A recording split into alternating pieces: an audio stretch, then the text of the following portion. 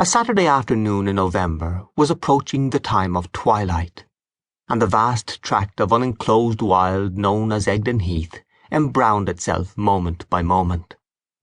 Overhead, the hollow stretch of whitish cloud shutting out the sky was as a tent which had the whole heath for its floor.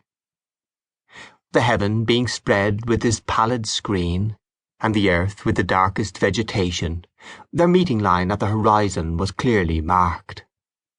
In such contrast, the heath wore the appearance of an instalment of night, which had taken up its place before its astronomical hour was come. Darkness had to a great extent arrived hereon, while day stood distinct in the sky. Looking upwards, a furze cutter would have been inclined to continue work. Looking down, he would have decided to finish his faggot and go home. The distant rims of the world and of the firmament seemed to be a division in time no less than a division in matter. The face of the heath by its mere complexion added half an hour to evening. It could, in like manner, retard the dawn, sadden noon, anticipate the frowning of storms scarcely generated, and intensify the opacity of a moonless midnight to a cause of shaking and dread.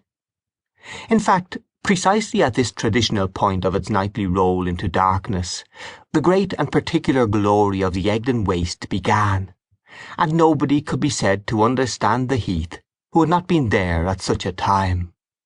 It could best be felt when it could not clearly be seen, its complete effect and explanation lying in this and the succeeding hours before the next dawn.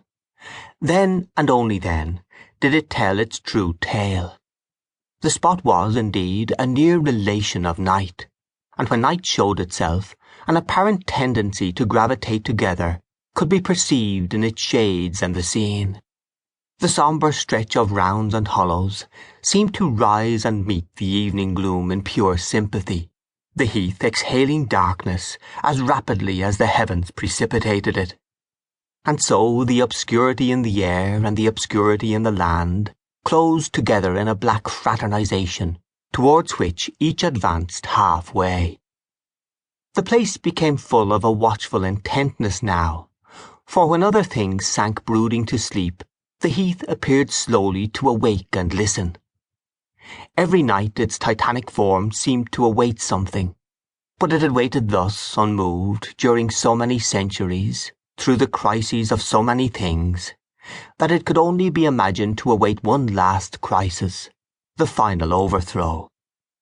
It was a spot which returned upon the memory of those who loved it with an aspect of peculiar and kindly congruity.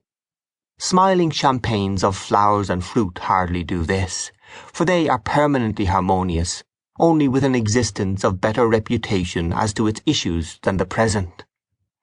Twilight combined with the scenery of Egdon Heath to evolve a thing majestic without severity, impressive without showiness, emphatic in its admonitions, grand in its simplicity. The qualifications which frequently invest the facade of a prison with far more dignity than is found in the facade of a palace double its size, lent to this heath a sublimity in which spots renowned for beauty of the accepted kind are utterly wanting. Fair prospects wed happily with fair times, but alas, if times be not fair. Men have oftener suffered from the mockery of a place too smiling for their reason than from the oppression of surroundings over sadly tinged. Haggard Egdon appealed to a subtler and scarcer instinct, to a more recently learnt emotion than that which responds to the sort of beauty called charming and fair.